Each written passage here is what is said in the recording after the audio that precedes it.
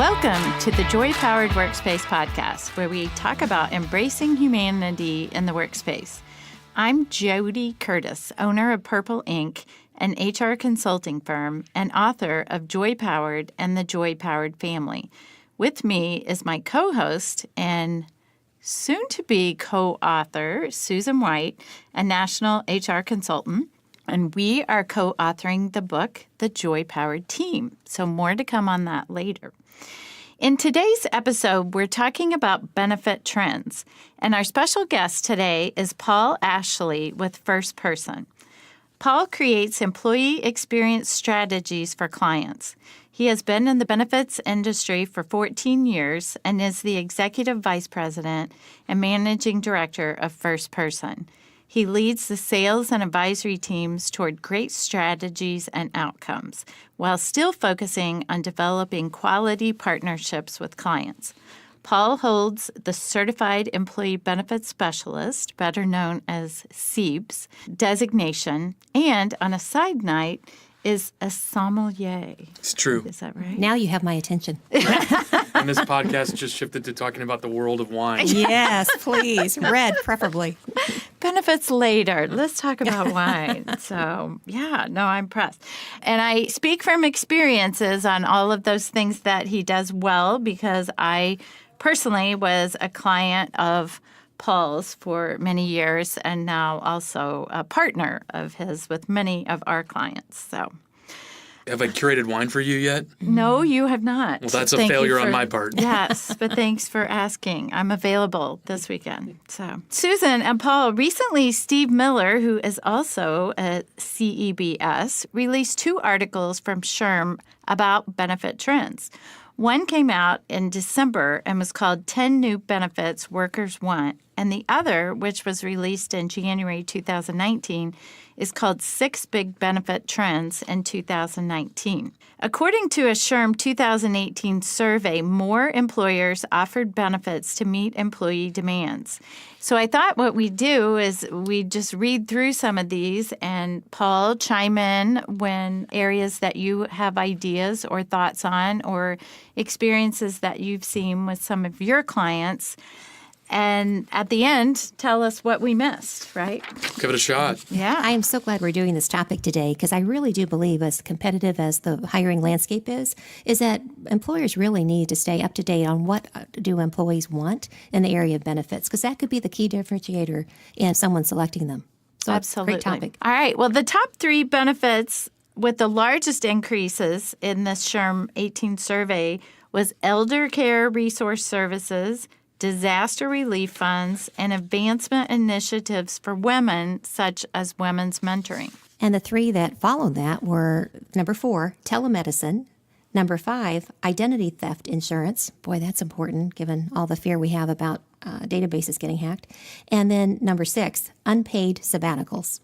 I have to admit, I was surprised about the advancement initiatives for women. Not that I'm not excited about that, but surprised that it was still one of the top ones. Like it seems like that should have been our top one 10 years ago or 12 years ago. Or so I can't decide if I'm excited about it being in the top 3 or not. Why was there such a big increase last year? So. Well, I think there's so much clear science and publication I've read about leadership teams who include women perform at a higher level. Mm-hmm. And I think businesses who have not experienced that are finally waking up and starting to realize it's great to have women on a leadership team and a mix of backgrounds. And so perhaps this is the latent response of the folks who hadn't gotten it yet, finally starting to catch up with people from 10 plus years ago. Right. That's my hopeful side. Why is it taking the men so long?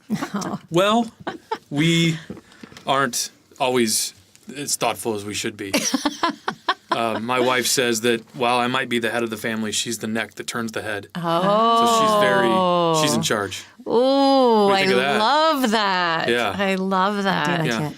Paul, I'd be interested in the unpaid sabbaticals. Are you seeing that with many of your clients that they're looking to offer unpaid sabbaticals? It's really interesting this made the list because I've seen an uptick in that as well. We've talked about it internally at First Person because a lot of times we like to try out things on ourselves first before we roll it out to clients or can experience it with clients.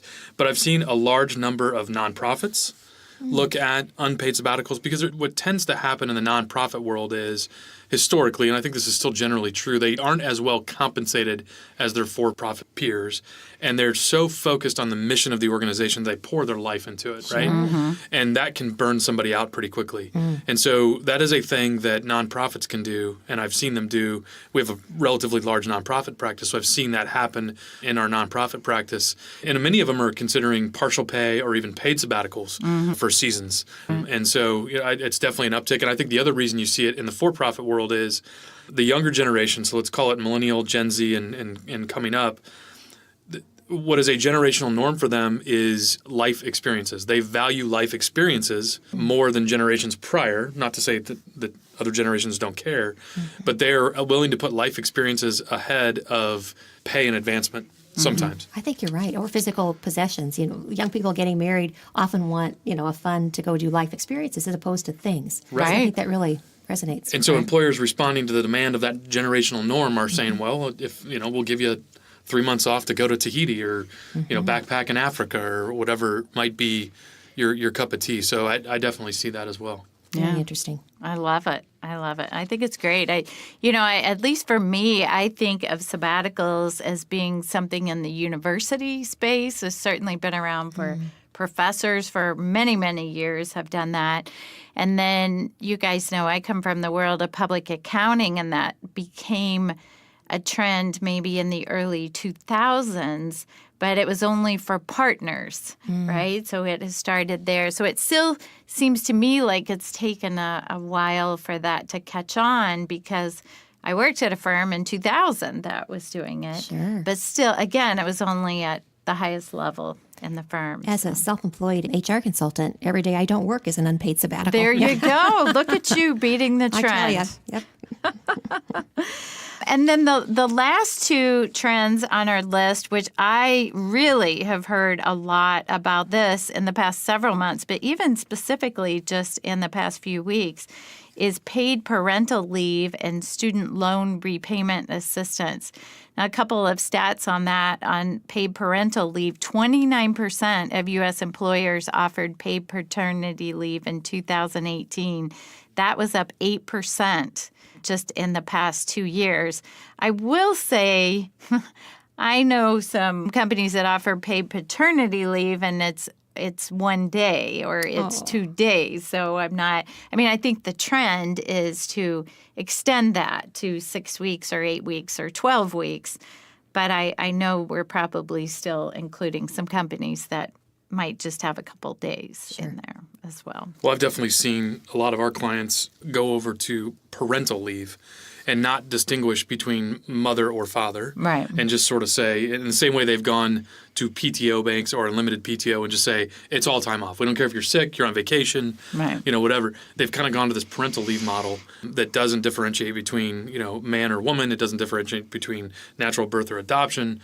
And so we've seen that happen. I think it's an influence of the globalization because Canada and Europe for decades have been very generous with paid leave for parents. I think in Canada, if I'm not mistaken, a mother almost gets an entire year off paid, right? So that's just north of the border. Europe has very similar models. And as we've globalized the workforce, we've sent U.S. expats over to Europe to work, and we've brought in foreign-born folks to work in the United States, I think it just kind of, people sort of, what are we doing? Right. What this is crazy. Right. And, President Trump made it one of his objectives when he was running for president to tackle parental leave, and he hasn't done it yet. He seems distracted by other things, but we won't discuss that on this podcast. I'd love to, but Jody and I get into a fight. That's right. Okay. So one of the things he said he would tackle, which surprised a lot of people because it was generally not a conservative Republican agenda item, was parental leave being dictated at the federal level. Right. And so I think that push coming, hopefully he'll get to it. I think it's important.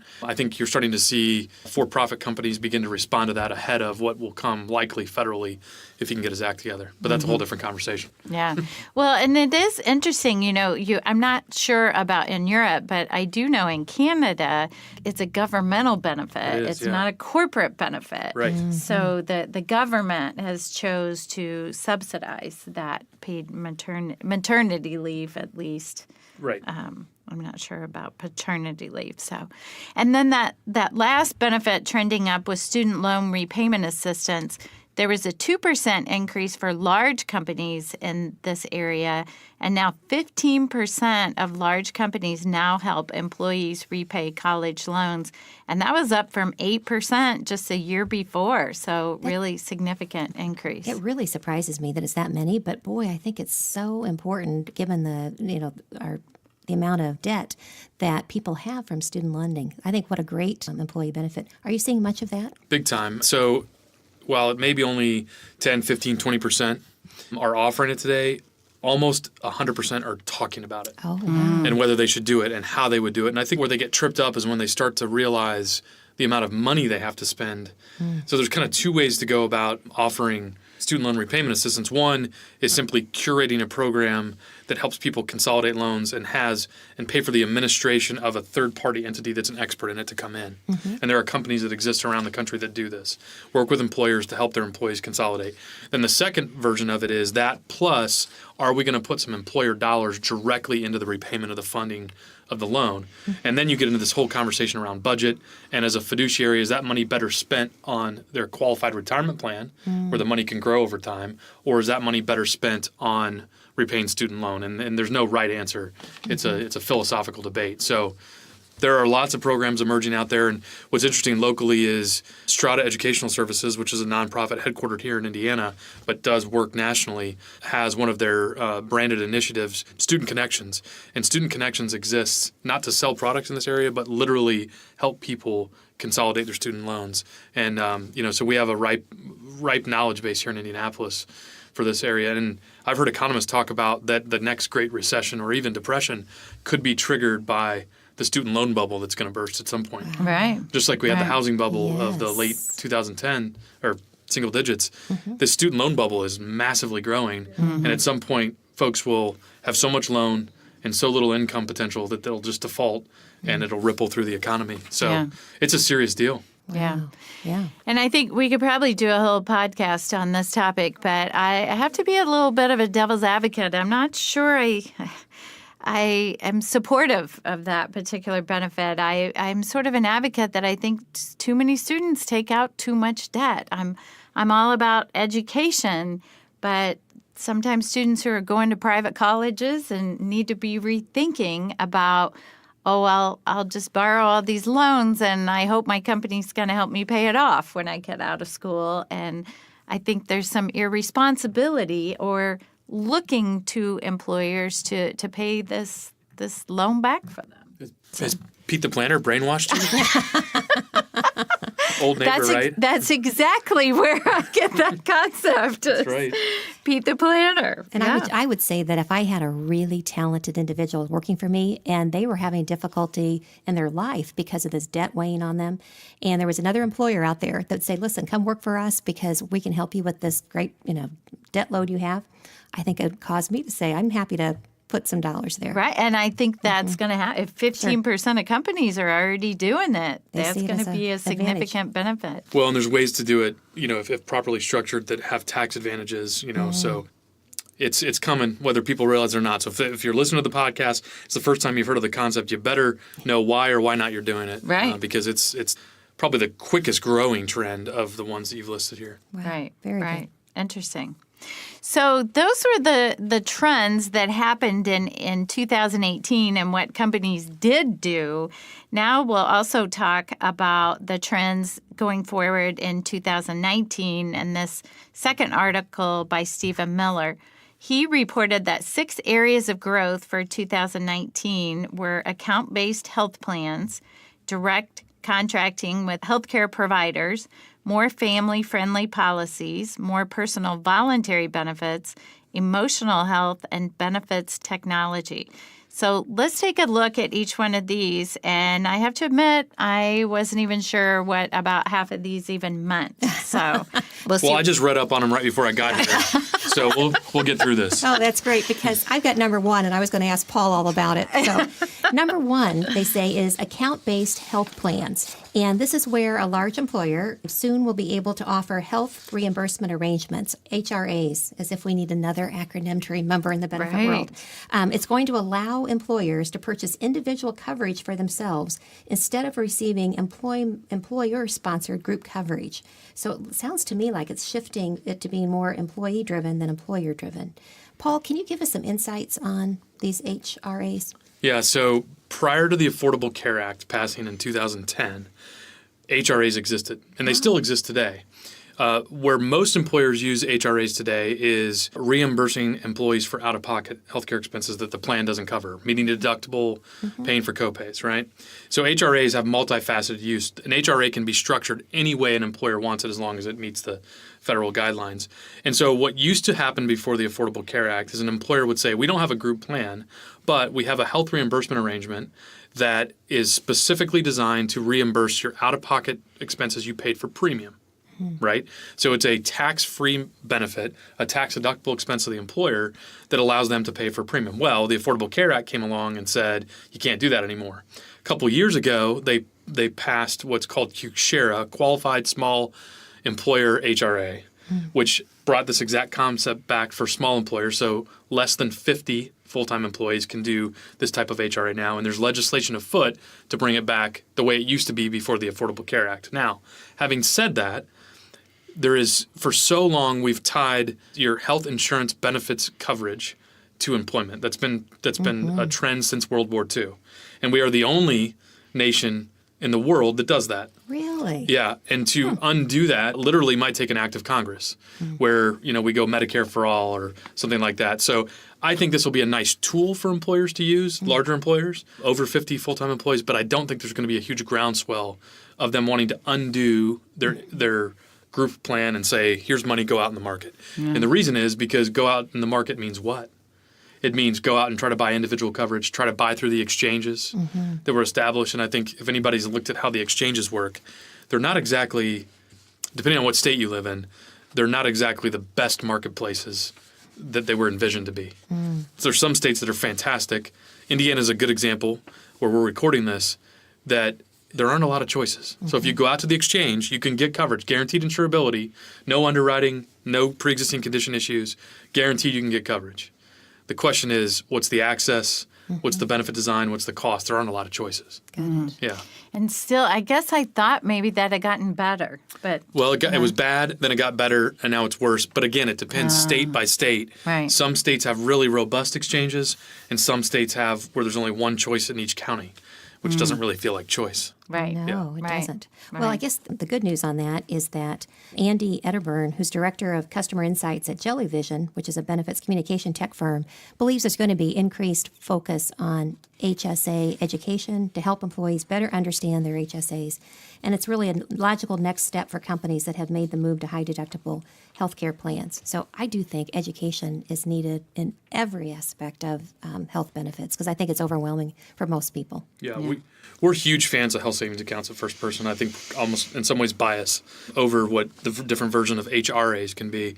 And HSAs are so good because they literally, an HSA is an account that the employee actually owns, where an HRA is merely a promise to pay. An HSA is an account that I own. Gotcha. It goes with me in life wherever I go. I can fund it. My employer can fund it. The money rolls over from year to year. It can be invested if I want to take on that risk. And so it literally puts skin in the game. And the idea is it is a health purposed savings account, right? And it's a custodial bank administers it. So it's a bank account, really. It's an interest-bearing checking account, just like any checking account you have, except it has very unique tax benefits for you as the employee. And the downside of a health savings account is like, well, that sounds great. Let's sign up. The downside of a health savings account is you can't simply put them with any plan you want to. You have to have a federally qualified high deductible health plan. And for a lot of employers, they haven't wanted to make that move to those higher deductible, no copay. You have to pay out of pocket for a lot of services plans. They've been fearful of that. And so it takes, as you said, education to prepare a workforce to know when they walk into a pharmacy, you used to have a copay. Now you are subject to what the actual retail price of the drug is. Are you ready to be a consumer? And that's not an overnight transition. You have to prep people for that, and then you have to give them tools once you've made that transition to be able to access care and knowledge around how to be a smart shopper. And in theory, these consumer-driven plans tied to HRAs and HSAs should drive down the cost of care because employees have skin in the game and are supposed to be smarter consumers. In theory, the challenge is getting transparency into healthcare data is not easy. If I asked you to go out and shop for a MRI on your back, you could do it, but it would take you a couple of days to figure it out. I imagine. Yeah. And it's interesting. When I'm sick, I want to get fixed, and the whole idea of shopping for it or shopping for a drug just really wears me out. Yeah, Right. It's tough. Right. Well, two thoughts on that. Number one, I like the way you emphasize savings account because my husband consistently says to me, oh, I can use my money in my HSA, or the pharmacist said, you can use your HSA money. And I constantly tell him, savings is the key word in that statement. Like, it's also a vehicle to save money that is not taxable. So That's correct. Remember that. And then secondly, it continues to be fascinating to me that we're still talking about HSA education. I know exactly when HSAs came out, or at least 2004. Yes, because Paul and his team educated me on that in 2004.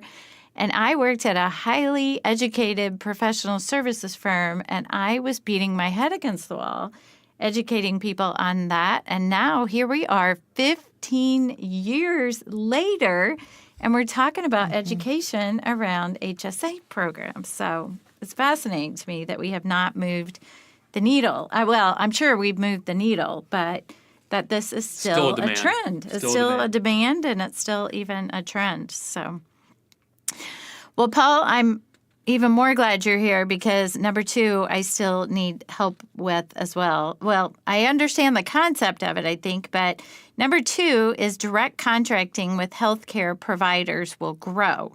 So I guess I was surprised to see that one on the list because I think we've had direct contracting with networks, healthcare networks, but now it sounds like maybe it's the same idea, but even specifically directly, not just with a network of doctors and hospitals, but directly with doctors and hospitals. Is that right? That's exactly what it is. And so the idea is this tends to have a play when you're a larger self-funded employer. And so you have to have the mass of people, spouses, and dependents. And instead of saying all of our employees are going through insert network name here, we are going to have a direct contract with health system. And basically it becomes a trade for the number of patients we can send your way for a better price, unit cost. Now, that can be a dangerous game because employers have historically not had to be in the direct contracting game. And so do they know how to assess value and do they know how to assess actual unit cost?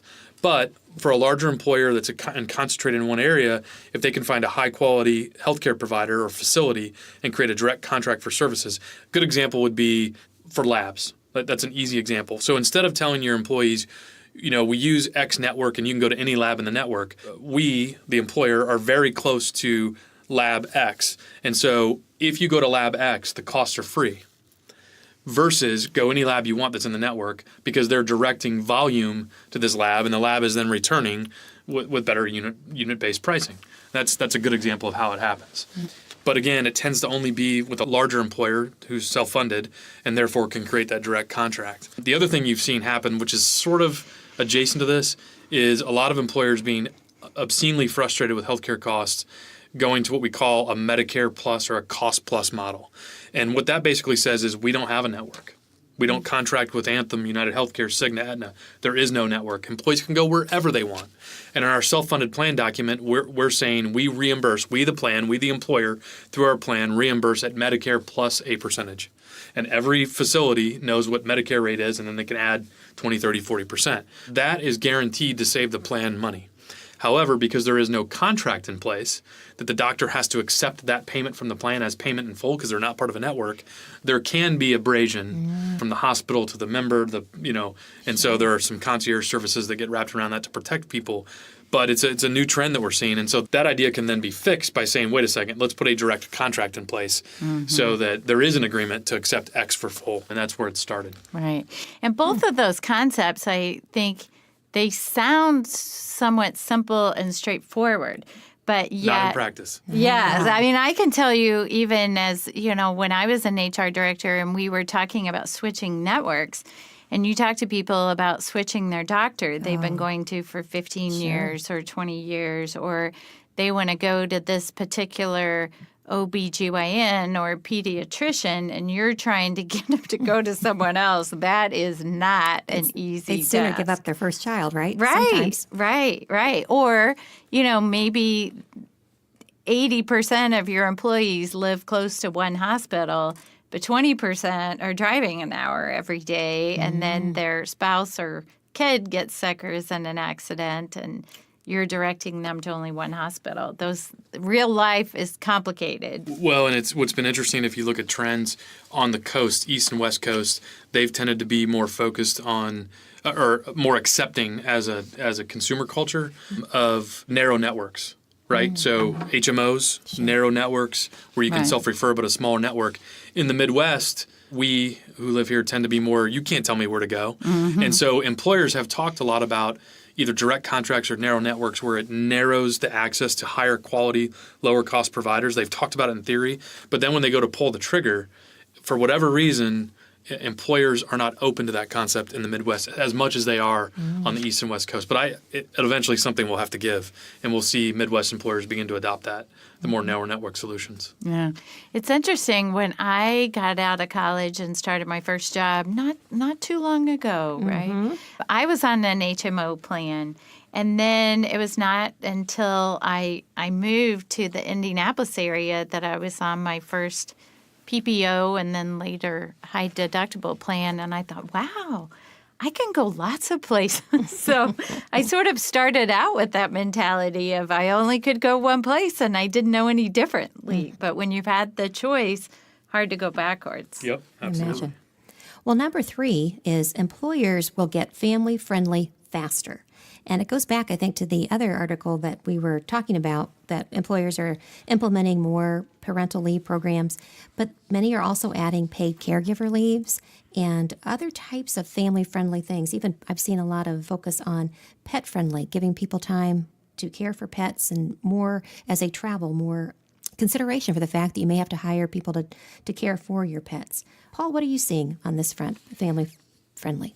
Yeah, definitely an uptick. And we talked about the leave, as you said, for maternity, paternity leave, but just being more generous with paid time off, volunteer time off. In other words, giving employees the time they need to have the work-life fit. I don't like the word work-life balance because it's hard to balance work and life, but there is a way to make it fit in different seasons. And I think employers are adjusting their leave policies, their paid time off policies, their volunteer time off policies to allow them to take care of their family, to allow them to take care of the community they live and work in.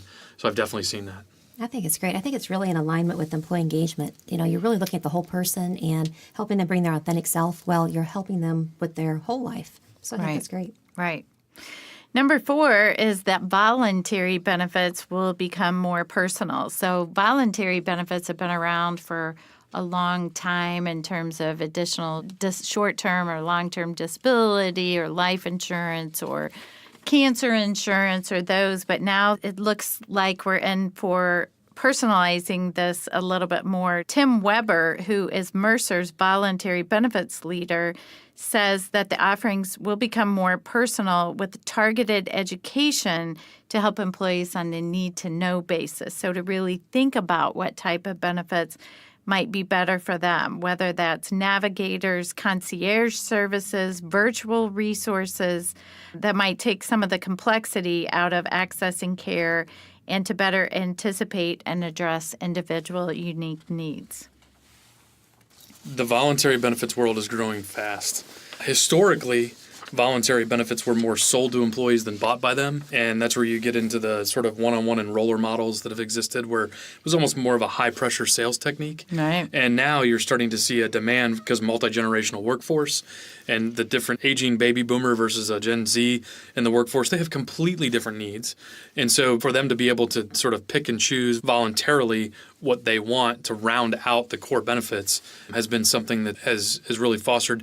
And I think more employers are becoming more comfortable with it because of technology, both with decision support, right? So we mentioned the gentleman from Jellyvision talking about HSA education. They have a really unique product called Alex, ALEX, that is this really interesting, almost gamified decision support tool that employers can turn on so people can make better decisions about what benefits they do and don't need. And then you've got the different enrollment tools as well that don't require you to have to sit one-to-one with an enroller necessarily. Telephonic support is also available a lot of times. And so it's making employees have a broader array of choices, but giving them the tools they need to make better decisions to meet the demands that maybe the core benefits package doesn't do. That's great. Number 5 trend is emotional health will move to the forefront.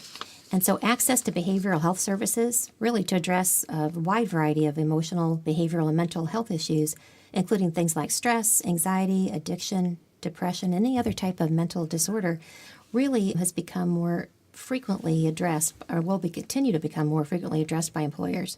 Sandra Kuhn Mercer, who's a national lead for behavioral health consulting, said, "We'll see more partnerships between traditional medical and behavioral health carriers on smaller, targeted point solutions, such as telehealth consulting and strategies to combat out-of-network utilization and costs." Are you seeing, I think we're going to be talking actually in another podcast very soon about mindfulness, companies that are really working at ways to bring in emotional health tools and resources to their employees. Are you noticing that with your clients? Yeah, and it's interesting. We talked about certified employee benefit specialists, and one of the things that I do every year is go to the national symposium, or I should say global symposium, because Canada and the U.S. are there, makes it global. And it's really interesting to see the differences in how Canada as an employer workforce deals very proactively and out front with mental health, and how traditionally mental health in the workplace has been sort of pushed under the covers in the United States. And I guess what I would say is we kind of stink as a culture talking about mental health. Sure. Certainly in the workplace, it's been a taboo and something you're not supposed to talk about. So there's definitely finally emerging some employer-sponsored ideas to give people the tools and resources they need to deal with mental health in the workplace. Thank God, because it's been long overdue.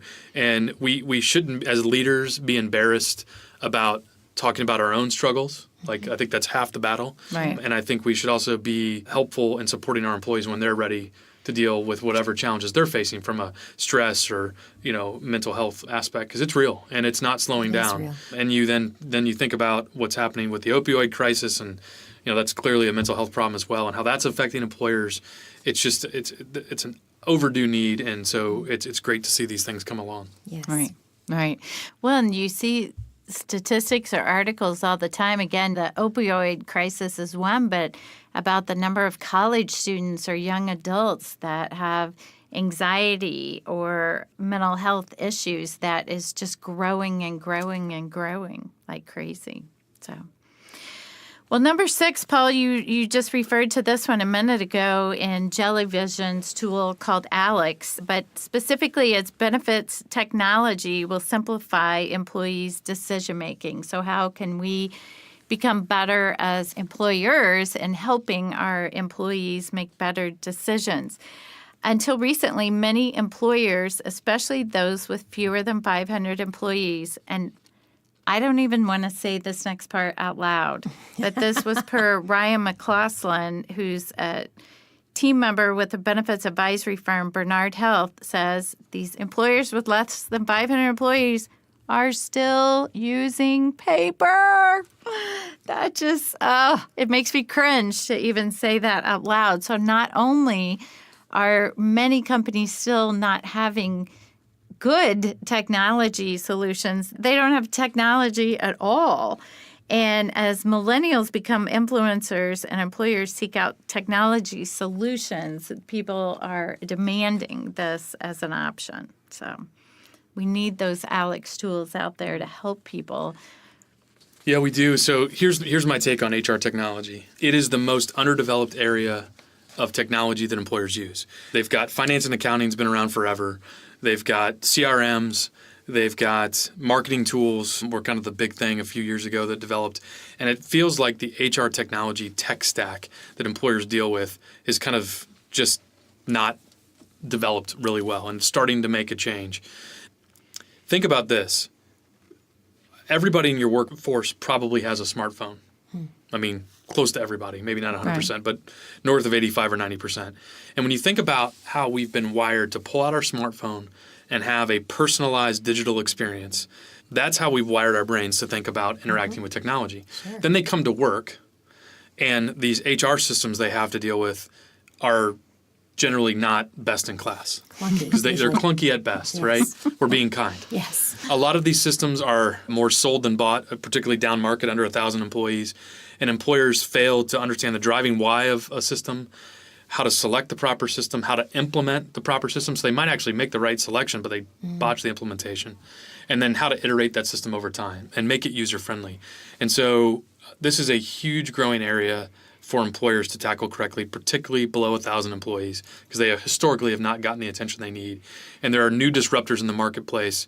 Good examples are Paycor and Paylocity are really good payroll company examples where they have, they've been able to create a tech stack that basically becomes the hub and then has open API to go out to other systems. Well, historically, that's not something that the ADPs of the world have wanted to do, right, who have dominated this space. Sure. So it's changing the market, and it's going to get the players like ADP to come along as well. So it's been ignored. It's starting to not be ignored, and there will be rapid change in HRIS and payroll space and other related tech systems. And I think employers who take on a hub and spoke philosophy, let's find a hub that's our core system, and then let's make sure that core system is willing to talk to other systems so that when we want to plug in and plug out different systems, applicant tracking, whatever it might be, we can plug and play as we need to grow and evolve. And that's what's happening in the space. Makes good sense. It's maybe no wonder that's why it's taken us 15 years to see HSA education as a trend, right? I mean, people just struggle to understand what their benefits are, how they can best utilize their benefits,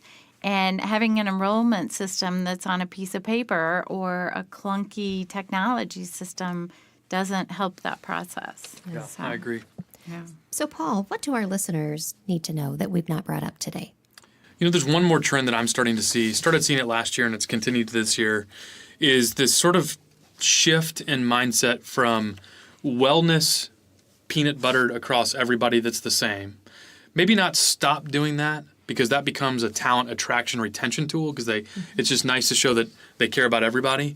And employers are starting to realize I'm not going to get a lot of ROI from that, but it's going to be the way I attract and retain employees because it's just sort of table stakes. Sure. And shifting that focus of spend and time away from wellness peanut buttered across everybody to targeted cost containment solutions for certain populations within your workforce, like people who have type 2 diabetes or people who have other chronic conditions.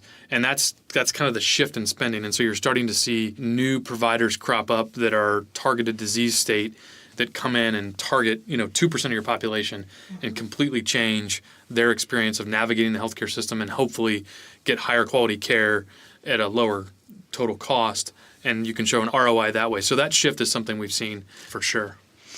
Well, I'm one of those rare individuals who doesn't like peanut butter. So I What really is your problem? I know there's not very many of us around, Almond but butter? I'm glad. I don't like that either. It still tastes like peanut butter to me. Yeah. But so I'm glad to hear it's not going to be a peanut butter approach for all.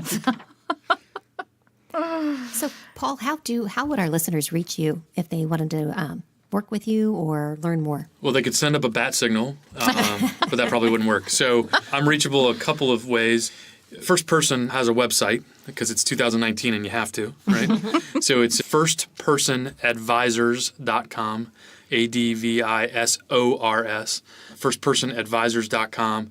I can also be found on Twitter. I'm active on the on the Twitters. You've seen me on there. He's very active on Twitter. You might have to deal with some of my kids and talk about St. Louis Cardinals baseball and wine. Or University of Missouri. University of Missouri, Butler, certain Yeah. things that I enjoy. But that's P as in Paul, E as in Edward, Ashley. So P.E. Ashley, at P.E. Ashley. So those are different ways you can get a hold of me or folks that are in our company in our different practice areas that we have at First Person. Yeah. Well, and really, as employers tackle this issue of benefits, I mean, they really need to be thinking, as you were alluding to, I think, about what is their culture, what is their branding? Do they want to be paid higher and spend less money on benefits, or pay more benefits and less on compensation? What's that balance? What's their employee population looking for and asking for them? I mean, I'm sure there's no one-size-fits-all that you're recommending. Is that fair? I totally agree. And I think that what employers who win are those that don't, particularly in this benefits area, don't react year to year to the renewal, but instead have maybe laid out a simple roadmap of 2 to 3 years of where they're trying to go.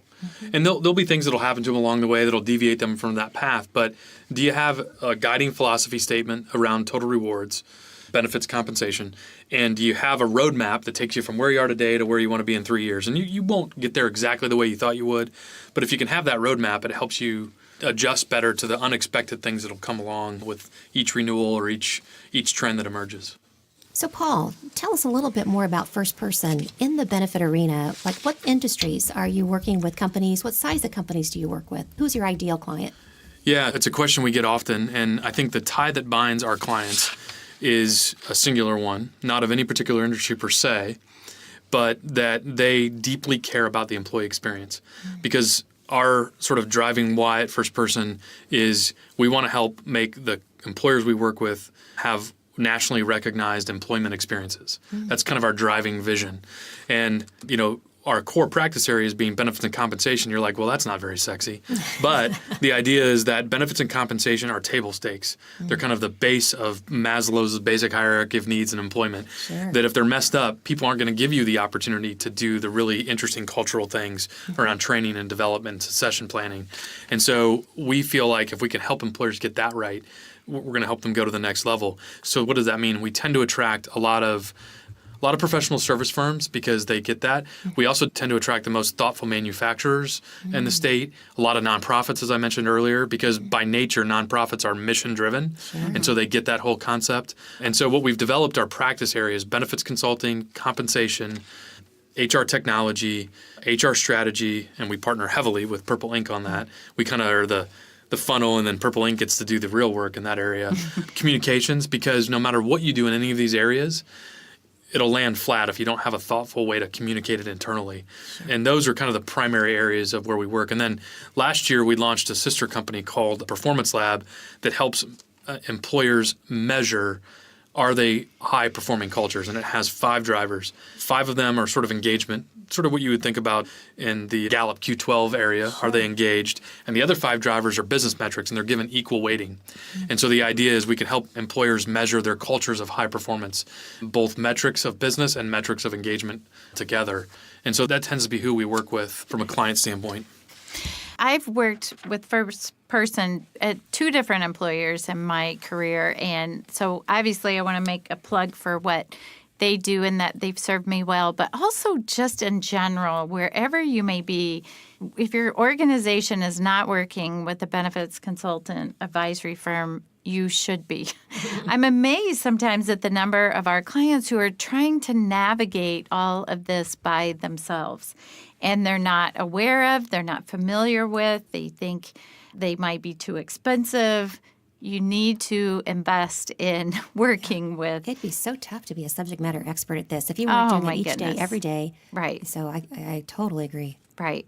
And if you're not getting some of this advice from your own advisor, you should be looking at a different one. So, would you have a benefit broker and a benefit advisor? Not necessarily. I would advise no. As long as you select a good partner, they can do both. They should be able to do both. Yeah, Okay, yeah. Good. And a lot of times, kind of what separates in some people's minds, broker from advisor is how we're compensated. So a broker traditionally is compensated with commissions that are tied to the products, and an advisor is compensated on a fee basis. Our belief is we don't care how you compensate us. There's money available. Let us take that commission and let it be the fee. And let's talk transparently about what we're being paid. And here are the scope of services for that amount. We can either lower the commission, raise the commission, take it to zero, turn it into a fee, as long as the scope matches the need of the organization. And really start not with product sales, which is what brokerage is, but start with strategy development. And then it'll be obvious what products and solutions and partners you need to have. And that'll just be the fulfillment, right? And we can let that offset costs. It doesn't matter. So I think the basic answer is no, you don't. You shouldn't need both. Gotcha. Thank you. Very helpful. Right.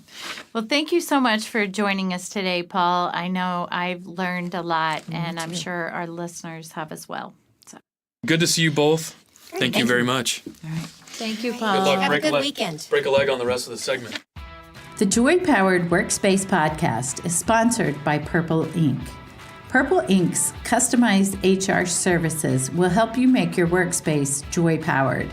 Whether you're looking for help with recruiting, compliance, or leadership training, we listen to what you need and tailor our solutions to you. What we won't change, our positive approach. Check out purpleinkllc.com. That's purple, INKLLC.com to find out how we can help your business. So, Jody, we've got a listener question today. We are expecting to terminate about 10% of our workforce this year. Any suggestions of things that we should consider? Yeah, so many different things. And thanks for asking this question. First of all, which we have a podcast on this one also, is considering outplacement. How can you help the individuals that are being terminated to find a new position? Not only is that obviously a benefit to the people who are leaving, but really shows compassion and attention to the employees who are staying, that they can understand that you're helping those who are also leaving. Severance, of course, is another option where you might be able to pay the outgoing employees. Many times that's a calculation of how many years of service they've had with the organization. But there's no real magic in what that number is. Some organizations pay the same, might not be the same amount, but maybe as the same percentage of their salary, the same number of weeks of salary or typical pay that they might have. Training for those people leaving. So whether or not you're offering outplacement, you might have some group training for those. And then also training for those who are staying. Their teams obviously are changing. So how will you get the same amount of work done with less people? Or how will you figure out how to serve your internal or external customers in a different way with less people?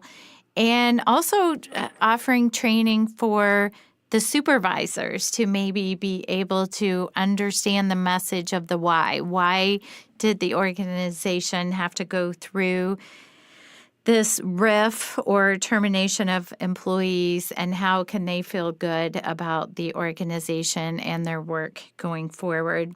And then one other option, and probably lots more too, is to think about COBRA and making sure that those outgoing employees are offered COBRA, which is a continuation of the health insurance plan, which is very highly regulated, and there are very specific rules around what has to be offered for COBRA. So we won't get into those today, but ensuring that you understand what those benefits must be. And I would just add two other things. One is if you know you have to get rid of 10% of your staff, spend some time thinking, can we do any type of a voluntary out program? There may be some people who would just welcome this chance to leave with some severance pay, with some outplacement. You never know. And if that's an option, I think you really want to think that through. The second thing is make sure if you have to do a selection process that you really put thought, energy, and effort into doing it right so that you can explain to individuals the why, and you have either developed a matrix of the competencies needed for the remaining jobs. If you're going to take tenure into account, make sure that you've got that on there. If performance is a factor, put that on there. But you really want to come at it it's never a science, it's an art, but that you have it based in some type of good, strong, reasonable thinking. Right. And legally, just to make sure there's no intentional or unintentional discrimination being applied as well, too. So. Good luck with it. In our In the News section, employers need a workplace violence plan. HR professional jobs are more dangerous than many realize. An HR manager and an HR intern were among 5 employees killed at a warehouse in Aurora, Illinois back in February by a worker who was being fired. So how can HR professionals and others in the workplace protect themselves? Well, employers should have a plan in place to protect employees and themselves in the event of workplace violence. A zero tolerance of violence policy is a good place to start, and don't be afraid to seek help. Consider hiring security or calling police immediately if a difficult situation is expected and or if there is any concern at all. Obviously, you never know what's going to come up on a given day, but having a plan in place that people can default to can be very helpful. Please tune in next time. Thank you for listening today. If you've missed any of our podcasts, you can catch all episodes for free on iTunes, Google Play, Podbean, Spotify, or wherever you listen to podcasts by searching on the word Joy Powered. If you like our podcast, be sure to subscribe so you don't miss any upcoming episodes. And we'd love for you to rate and review us on iTunes. It helps people find our show. If you have any questions on any HR topics, you can leave us a voicemail at 317-688-1613 or email us at joypowered@gmail.com. We're also on Facebook, LinkedIn, and Twitter at JoyPowered. We welcome listener questions and comments. If you would like SHRM recertification credit for listening to this podcast, please visit getjoypowered.com/SHRM. You'll find an evaluation of the podcast, and once you complete the evaluation, you will see the SHRM recertification credit code and a link to a proof of participation certificate. Again, that's getjoypowered.com/SHRM. Thank you for listening, and thanks for your dedication to the HR profession.